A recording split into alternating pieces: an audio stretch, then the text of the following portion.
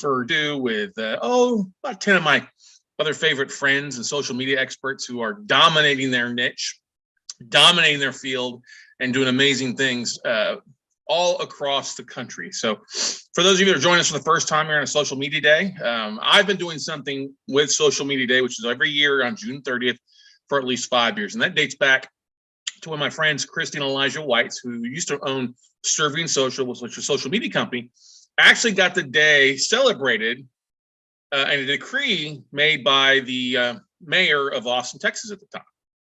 And we partnered, I sponsored the event. They partnered with digitalmarketer.com, and we had an 8-hour day and a party afterwards. And then the next day we did it. The next year when it came around, we did a 27-hour live stream. Yes, 27-hour live stream, over 30 speakers, and it was a big hit online with about 500,000 views. But what is Social Media Day? It's a day that many cities, in not only the United States, but all across the country, take to celebrate marketing their businesses, marketing their causes, all via social media. And I encourage you, if you're watching this or listening to this, if you've missed this and catch the replay, hey, make sure to mark your calendars now.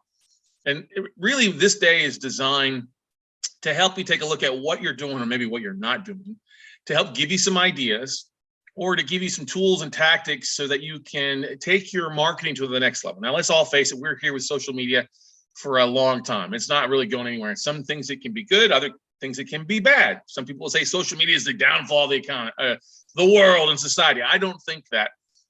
I think there are definitely two phases to it. There's the personal side, but there's also the business side. And I have a tendency to approach it more from the business side for what I do. If you don't know who I am, I'm Scott Carson. I'm the president and CEO of WeCloseNotes.com, and an active podcaster of the Note Closer Show and 2 other shows. But I've been an active marketer for almost 20 years, actually going over 20 years. I've had some very great mentors along the way. The Roland Frazier out there, Ryan Dice, Russell Brunson, just to name a few. There's a lot of folks that I've learned from, conferences I've attended on both the marketing, the real estate side, the capital raising, the fundraising, podcasting. One of the things I think that separates me and helps me in my message is that I'm not afraid to learn new tricks. This old dog can learn definitely new tricks when it comes to marketing. That's the thing about social media marketing, is constantly evolving, constantly changing. You've got to keep up your skills. And I encourage you to take some notes throughout the day. We've got an amazing amount of great content from our speakers.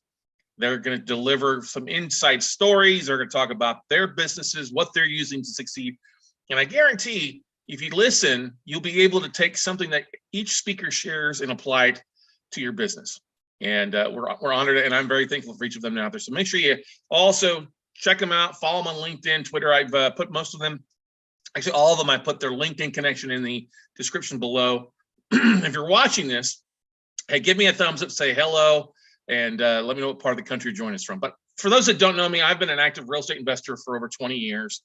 And my niche when it comes into the real estate industry is I am what's called a note buyer. I'm a note investor. Now, I'm not buying homes to fix and flip or Airbnbs or a landlord. What I do is I buy distressed debt. I buy distressed mortgage. It is a very small niche. And my session today is how to become number one in your niche. We all, as entrepreneurs, as marketers, we're usually marketing for some sort of business. We're selling services, selling products, trying to get the word out what you're doing, trying to build an audience. And most of us are doing it. We start off very social. We're sharing our selfies, anniversary, birthdays, holidays, that good stuff. But at some point, there becomes a switch that you start using social media to market your business. And that's where my focus is. It's not about, having the most amount of followers. That's not really the case in most cases. Having the most amount of followers is great, but it doesn't mean anything if you get very low engagement. So what I wanted to share with you guys is my plan and what exactly I did, how I did it to become the number one note investor out there as far as marketing. We buy and sell a lot of properties. We buy and sell a lot of debt. We are very successful with our education classes and helping other investors succeed and close deals as well. And I think that's what stands us apart. And our classes are the number one investor recommended training classes for our niche. And that's where I want to start with. You don't have to be a real estate, but I want you to think about whatever it is that you're looking at doing, whatever it is, whether you're selling tiddlywinks or you're doing an Etsy or you're making salsa, or you're doing memes, whatever it might be, you have to niche it down. You have to look at what's going on in the world. Look at your competition. Many of us have competition or peers in the industry, or you say competitors. Now, you're not going to go and compete with Gary Vaynerchuk. You're not even if you're in my niche, you're really not going to compete with me because I'm going to outwork you. I have more content, more stuff out there than anybody else in my niche. And that can seem daunting when we just surpassed a couple of big milestones to put us at number one. And we've been number one for a while. We just didn't really realize it until we did a little bit of research when we hit some milestones. Like we just uploaded our 1500th video to YouTube. I got over 1,600 on Vimeo that we use for training, stuff like that. We've surpassed the 6,300 subscriber on our YouTube channel. We have more views, more subscribers, and more videos on our YouTube channel than anybody else out there in our niche. Now, not real estate investing. There are some other real estate investors that have huge channels, huge, broader niches. And that's great, but I'm not competing with them. I don't want to be a jack of all trades. And that's where if you're diving into entrepreneurship, you have to be focused. Those entrepreneurs that try to be a jack of all trades become a master of none. And people don't want a jack of all trades. They want to master something. And when you take a look at your competition or your peers in the field and seeing what they're doing, but more so, make a checklist of what they aren't doing. Where aren't they spending their time in? Where aren't they posting content? What aren't they doing? And that's one of the things that I did. That was really be number two. But then the first number one on the list is niche it down to something. Okay. If you're a female and you're in a male dominated society, you could be the number one female investor, the number one educator, female educator, or number one educator for female entrepreneurs or female real estate investors. There's a lot of great things you can do when you niche it down. Like the Asian American, I'm gonna be a great Asian American society or the African American, so whatever it might be. Take the time to take a look and see how you can fit into a niche that will work in your favor. Now, when you identify a niche, you want to go deeper, not wider, okay? It's like that deep and wide, hallelujah, everything is deep and wide. No, you want to go deeper, not wider. So look at your niche being one, maybe two things the max that you hand yourself. Like I'm the note guy. I buy and sell non-performing residential commercial notes for my own portfolio. I'm not doing fix and flips. I'm not doing rentals. Now, don't get me wrong. We do end up doing some fix and flips when we do end up some rentals and stuff like that. It just happens in what we do, but I don't really advertise it. My focus on buying and selling non-performing notes. That's a niche within the note investing niche. Because with mine, there's performing, there's owner finance, there's non-performing, there's partials, there's first and second. So I really carved out a niche. I looked at, okay, what is not being served out there? And this goes back 11 years. A lot of things weren't around like they were today. Okay, Instagram was around, 11 plus years. Well, it's now 15 years when I started doing stuff. But here's the thing. Here's one thing that's very important. I started doing video very early on. Now, if I was working for somebody, I was a coach for somebody, and I started implementing video into our marketing by doing video testimonials and doing video. I had a phone, so I had a flip camera, a little Dell flip camera around here somewhere. I still have it to the day. But if you're working for somebody, start creating that portfolio, I guess you could say, that digital asset portfolio of what you do, and let your personality share with it. I was coaching for two of the coaches. I would go out and do videos of us walking around case studies, deals with the investors and stuff like that. And I just started putting stuff up. I started making a name for myself because I would start sharing these case studies and what we were doing to coach these investors on, right? And there were other coaches in the group, but I didn't see a lot of coaches sharing online. I didn't see them sharing on YouTube when it was young, or sharing, I'm trying to remember what back there. Yeah, but back in that day, it was like MySpace, right? Facebook was just kind of starting off there. There wasn't a lot of people sharing a lot of that stuff. So I started sharing straight to my Facebook portfolio and started sharing. I would share things that people didn't want to share. Oh, you're going to give away your deal. Like, no, I'm not. They're not going to find this deal because I'm not giving away the address. I'm giving away some sauce without giving away the important meat to steal my sauce. I'm giving away the flavor of Coca-Cola without giving away the recipe. If that makes sense. So identify your niche and then look at what's going on with your competitors, your peers, what's being served, but what's not being served. Where is the missing piece to things? So if I look at the world now these days, I don't spend a lot of time on TikTok. I don't spend probably as much time on Instagram as I probably should. Now, TikTok, obviously, when it first started off a few years ago, was a lot for tweens sharing videos, dances, and silly memes. But I need to get more into that because on TikTok, it's starting to see that 35 to 65 age group, all right, the boomers, the Gen Xers or whatever like that, are starting to spend time on them. That's my audience. It's starting to grow into that audience. So I need to start taking some time to spend a little time on there. But one of the most important things I can tell you right now is after you identified your niche and you see what's not being served, you see what's being served. So don't go out and do the same thing that everybody else is doing. If you see 12 videos on one topic, don't go do a video on that topic. Go do a video on something that's not being served, because then you'll own that video, you'll own that SEO, you'll own that keyword or hashtags. And that's one of the most important things I can tell you when you're marketing. Go do what others aren't doing. And also, the number 3 thing is have some patience. Understand that this is not going to be an overnight thing. It's going to be a continuous thing going forward.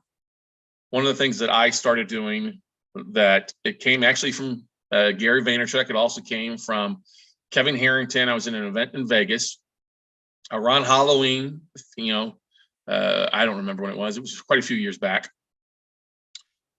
And I heard Kevin Harrington get up there and Gary Vee. It's just when Facebook Live had kind of started coming out. That gives you a bit of an idea.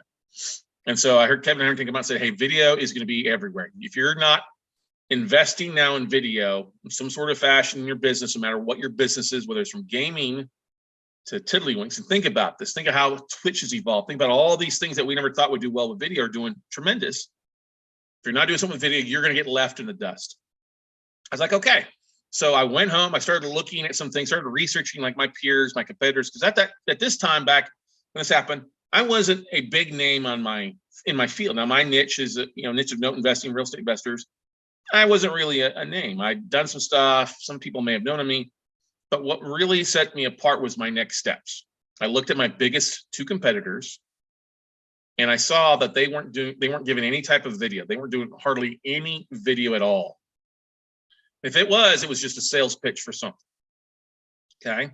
Or it was all, hey, you got to show up in person. There was no live streaming. You really have to. I said, okay, that's an underserved thing, that is video. So I just started cranking out content. I said, okay, I'm going to make this a daily video. This is going to be my daily marketing mindset. I got to do something each day. And so I started cranking out video. Facebook Lives. I would just record the video on Facebook Live. It'd be 8 minutes to an hour long sometimes, depending on what we were talking about. We basically said what's going on at We Close Notes. Kind of how it started off. It morphed into the Note Closer Show, and now it's morphed into a #1 podcast in the note industry. So for over 700 episodes and over 1 million downloads. And we've had 2 spin-off podcasts from that has helped as well. But what we did is that Facebook Live video, it became an episode. It also then went on to YouTube. It also went on other places out there. So we really kind of cross-pollinated across everything. And that's a big mistake. I think a lot of new entrepreneurs get in, and that'll be tip number 4, I think I'm on here, is don't be afraid to share your show everywhere your audience is at. Don't just do it on one. Don't just do we have a lot of podcasters from the old school. Oh, podcast is just audio, it's not video. Well, you're missing out on half the audience. You got to start leveraging these search engines and search engine optimizations that YouTube has. YouTube is the number 2 search engine behind the #1 search engine, Google. And if you do a video, we started seeing this happening when we upload videos to YouTube, and when people start searching, our videos would start surpassing paid ads. It would always end up on the page 1 of the search and page 2. We would just dominate page 1, page 2, page 3 on content. And yeah, you'd see some from our competitors on there, but that gave me the motivation to keep doing what we're doing. And so we cranked out basically 150 videos on Facebook Live. That turned into YouTube videos. That turned into postings across LinkedIn and everything else as well for it. And that really helped make a name for ourselves. Now, another thing happened is instead of the old brick and mortar of doing classes at hotels, we'd done workshops and seminars and stuff like that for years of traveling around. That gets old pretty fast. And so we started doing, so let's try a virtual event, and I have to thank Stephanie Goodman. We had posted, and I don't know about many of you probably have the idea that you want to be a major, lead what you're doing with what you're creating to help you get on stages or your own stage, expand your own stage and speak. And we had done workshops, and we decided, hey, we were going to do a different type of workshop instead of a note, but we're going to do like a build your legacy summit. We're going to have some of our guest experts that didn't fit right in with our note business, but they came in for asset protection, and we thought it would be really valuable. We'd spent a lot of money, over $25,000, $30,000 in marketing and flyers and postcards and hotel reservations, and nobody signed up. It fell flat on its face. And I can remember being so stressed out about that event that I was about to have a heart attack. So finally I said, hey, there's nobody who's really signed up for it. We're just going to cancel the event. We're going to call our speakers up and tell them not to come because there's nobody in the seats. We don't waste some time, and we'll make up for it by doing a webinar, because we've been doing a webinar already. And I'll get to that in a second, to our tribe. And they were all thankful for it. And they're like, no problem at all. And so we were driving from Austin to Dallas to go to some other event that I was speaking at. Stephanie, we were talking about this event failing, and I felt like a failure with this. I was depressed about it. She's like, why don't you just do a virtual event? You've been doing a webinar every Monday night that you get 200 to 600 people to show up. Why don't you just make that a longer webinar? Why don't you just make it a virtual event for a day or 2 days or 3 days? Why don't we give that a try versus us flying all across the country and killing ourselves to put 30, 40 people in a class for 3 days when you could, your whole city, whole state, whole United States, the whole world is really now your audience if you market right. And I was like, you know what? All right, let's give it a try. Well, sure enough, we gave it a try. Our staff said it would not work. Our sales reps were like, oh, you're gonna fail miserably. And no, it worked really, really well. Our virtual event via Zoom. Now, we all know virtual events are the rave now, especially with COVID. People are a little bit more wanting to be in person. I get it, but virtual events are still very valuable out there. And so we were doing virtual events 5 years before COVID hit, back in 2017. And we basically stopped doing a lot of in-person events except a couple of years. But that's the thing. If you don't have a big budget, that's another thing that you can do to help boost you into a leadership role, a market leader in your niche. And what I mean by that, host an event. You don't have to hotel space. Reach out to people in your industry, vendors, people that serve your niche, even your competitors, your peers, your students, whatever, and ask them to come speak. I've got a great friend, Cassandra McClure, who's out in San Francisco, who started doing Sunday clean and beauty summits on Instagram Live. She would bring on 4 people, and they would do a virtual event for like 4 hours, speaking about makeup and healthcare and eating healthy and all that good stuff. Well, now that's helped her explode. Her virtual events exploded, doing huge events, and then also having makeup stores all across the country, and just absolutely doing an amazing thing. But it started leveraging her LinkedIn community, started leveraging, because she used to do makeup. It still does makeup for some of the stars and people out that neck of the woods, celebrities, but start doing that virtual event. Start looking at bringing in thought leaders, because now if your biggest competitor or peer is speaking on your stage, your Zoom, if he or she is watching, it looks like you're an expert. It allows you to bring up, not also will you also draft off of them in their community, because their community will see, oh, hey, there's that Scott guy again. Okay, I saw his videos. Who's the Scott Carson guy that's leading this event or hosting this event? And that helped us out tremendously, because we started hosting an event once a year with 25, 30, 40 other speakers, and they would promote it, and it would be the biggest event. It turned into the biggest online event for note investors, and it's still the longest running online virtual event. We've got to come up in 2 months, but that's 30 videos, 30 sessions that we now record. We put it on YouTube. We create blogs about it. It's got its own podcast, Note Camp Live, and has done tremendous as well with the amount of listeners and downloads on that. So that's helped us dominate. So here's the thing. All this stuff is not going to happen overnight for you. You have to start putting out a little bit of content each day. Look at what people aren't talking about, but the questions being asked that nobody's answering. If you don't know where to start with questions, go to a FAQ, go to a frequently asked question in your niche. There are some folks that have that on their website, frequently asked questions. And what did I do?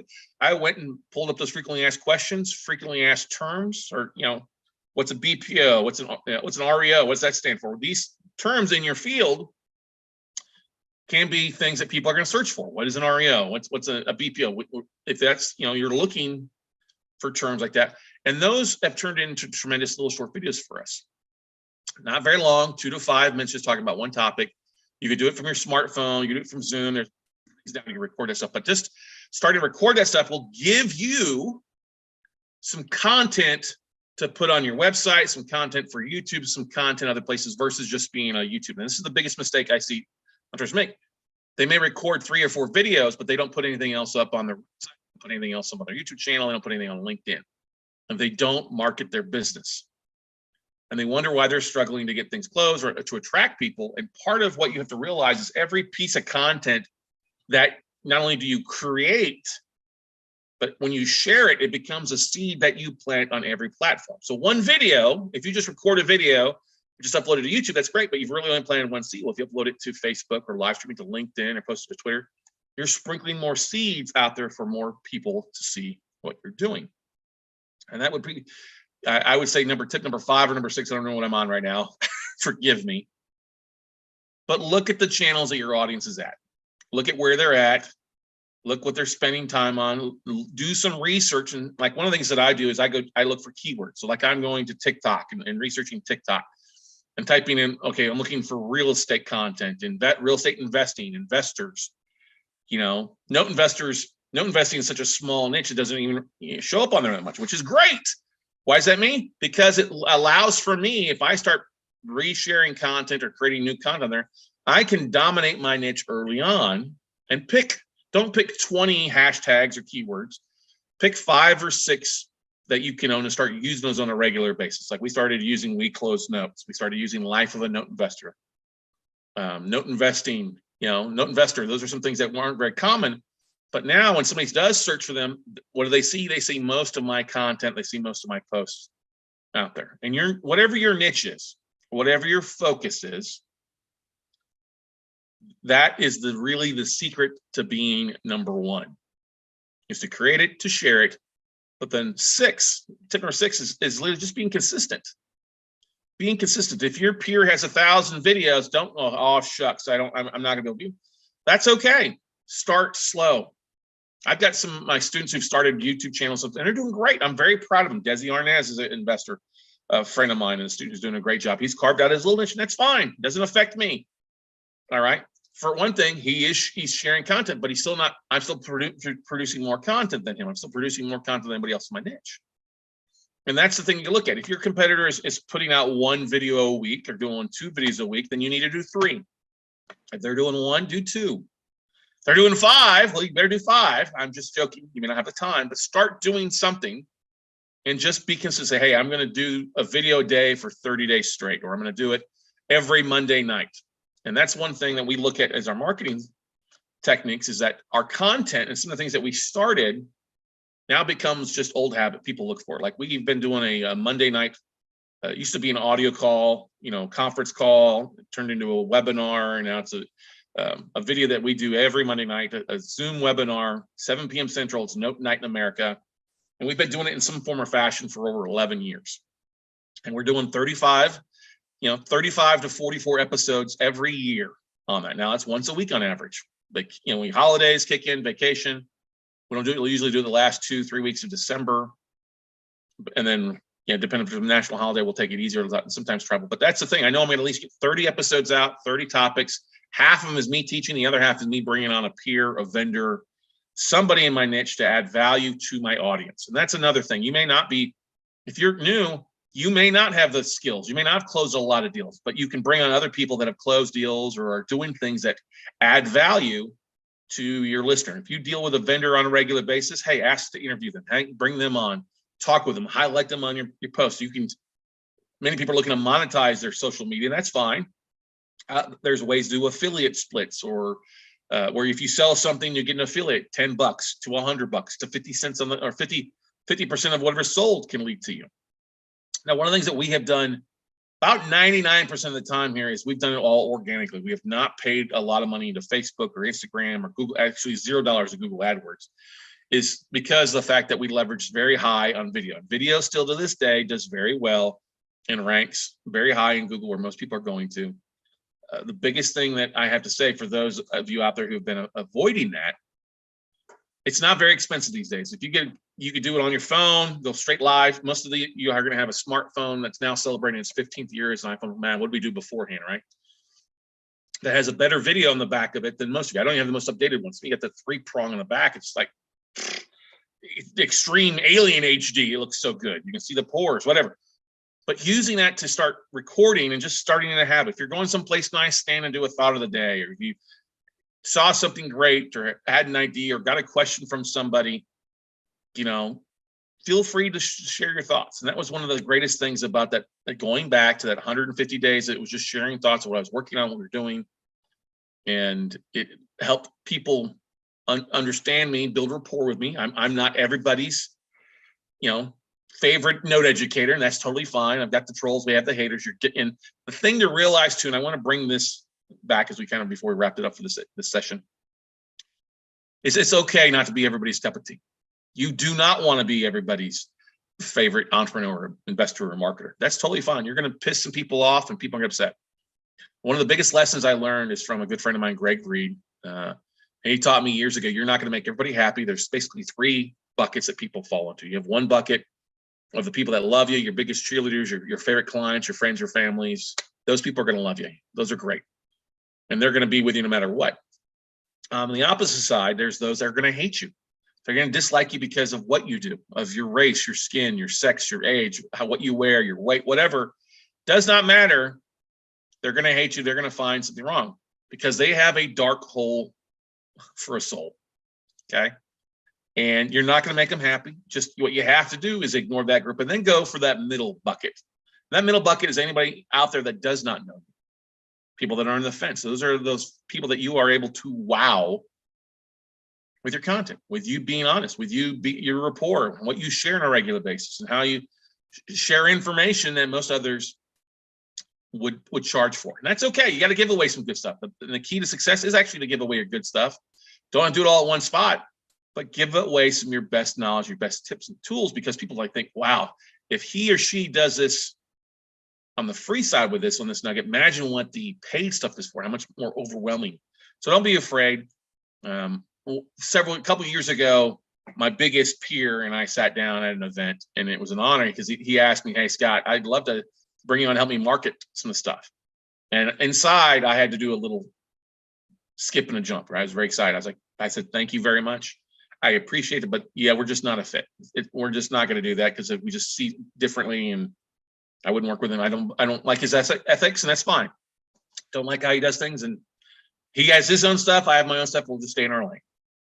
But it was a very, very big personal victory for me when they did ask if we could help market a platform that we're working on, stuff like that. And that says volumes. And I've heard through the grapevine, he said some of our vendors, stuff like, yep, Scott's students, they know how to close deals and they know how to market. Well, that's what we're here for. If we're here to help people, the only way to really help people is to show them how to fish. Don't just give them a fish to feed them for a day.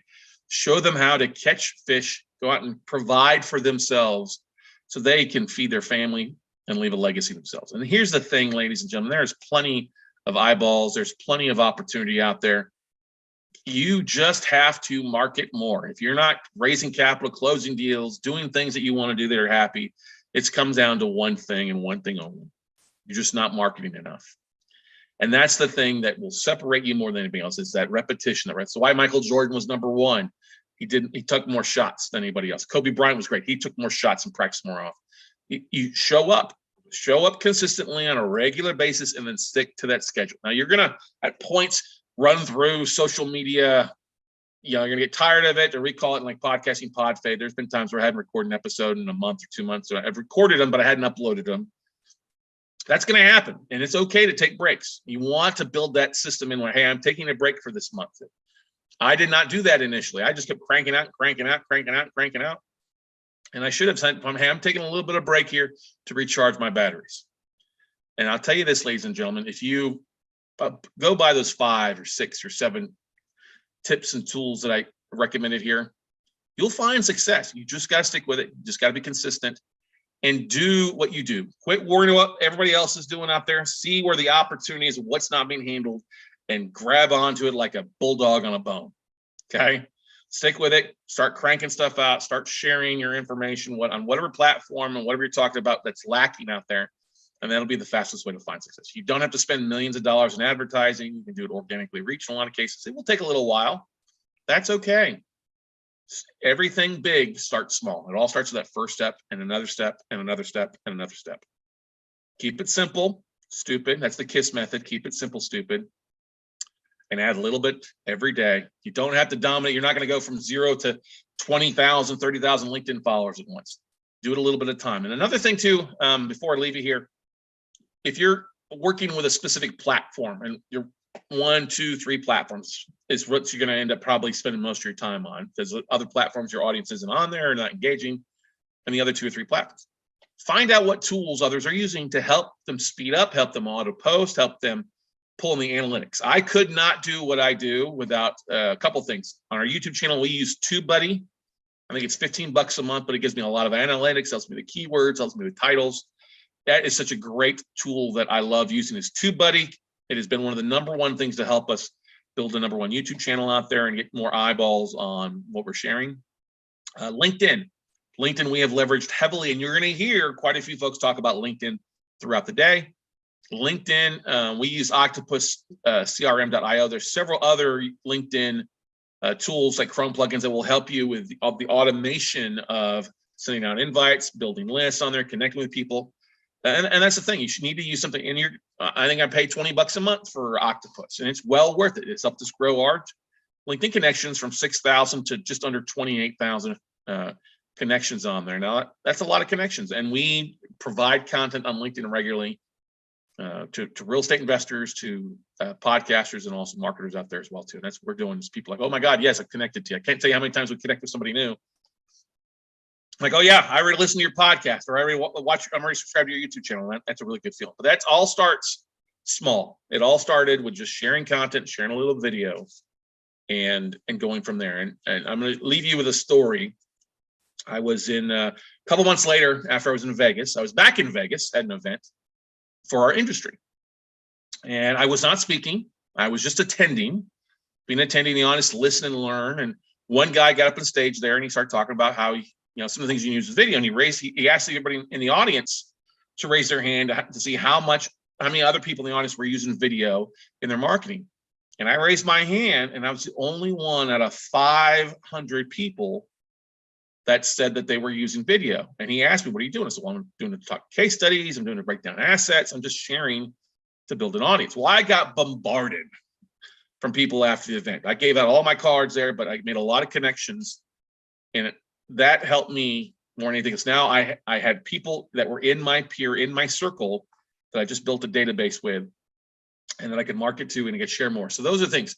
Networking is one of the most important things you need. Besides just sharing content, literally get out, go to your networking groups, go to your conferences, or go look for folks that are going to that conference these days and see who's attending. And if you can't attend it, hey, leverage the Facebook groups, leverage the LinkedIn groups. There's a lot of opportunities for you to take advantage of some big things out there. So if you want to be #1 in your niche, you want to dominate that niche, it all starts with just starting daily activities. Make your investment, put that money in your marketing bank every day, and don't give up.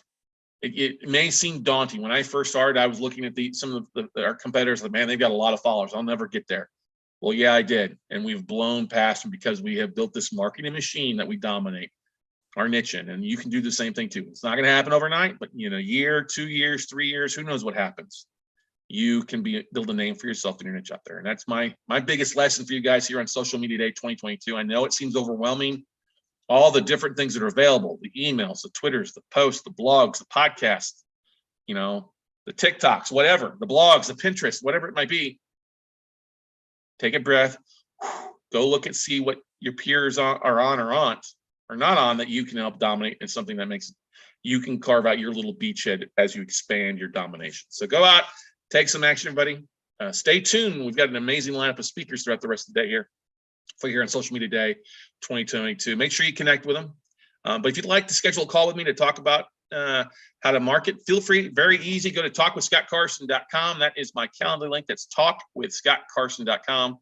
Or connect with me on LinkedIn or any of the major social media platforms, and let me know that you watched this here on Social Media Day 2022. But thank you so much for being here in the session. Hang around. We got a whole lineup, a whole day of amazing educator speakers who are taking time out of their busy schedule to serve you here on Social Media Day 2022. Thanks again, everybody. We'll see you all at the top.